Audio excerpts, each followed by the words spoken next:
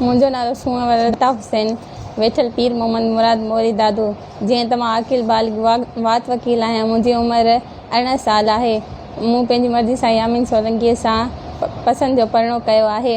मुंहिंजो भाउ जीअं त मुंहिंजे बाबा अल्ताफ़ हुसैन सियाल मूंखे पंहिंजे भाउ आफ़ाक़ ऐं मुंहिंजे चाचनि रोशन मजिद ऐं क़ुर्बान मां जान जो ख़तरो ऐं मुंहिंजे घर वारे ऐं मुंहिंजे ॾेरनि खे मौत मार धमकियूं ऐं कूड़नि केसनि में फासाइण। तव्हांजे घर वारनि खे तव्हांजे जेको तव्हांजो घर वारो ऐं तव्हांजे ॾेरनि खे केरु था जेका धमकी ॾियनि?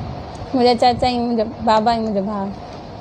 जॾहिं त मूंखे कंहिं बि अगवा न आहे कयो। मुंहिंजे घर वारे ऐं मुंहिंजे ॾेरनि मथां जेके अगवा जूं कूड़ियूं FIR दाख़िल कयूं वियूं आहिनि। कंहिं करायूं थी FIR? असांजे चाचा मुंहिंजा बाबा हुआ।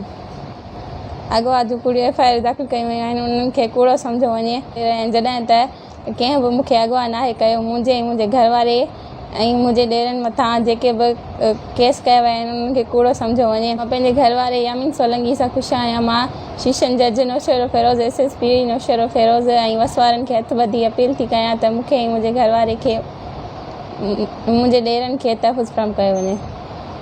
जीअं त मुंहिंजो नालो यामीन आहे, रहंदा दादू में आहियूं पीर मोहम्मद मुराद मोरी। असां ॿिन्हिनि पाण में पसंदि जो परिणो कयो आहे।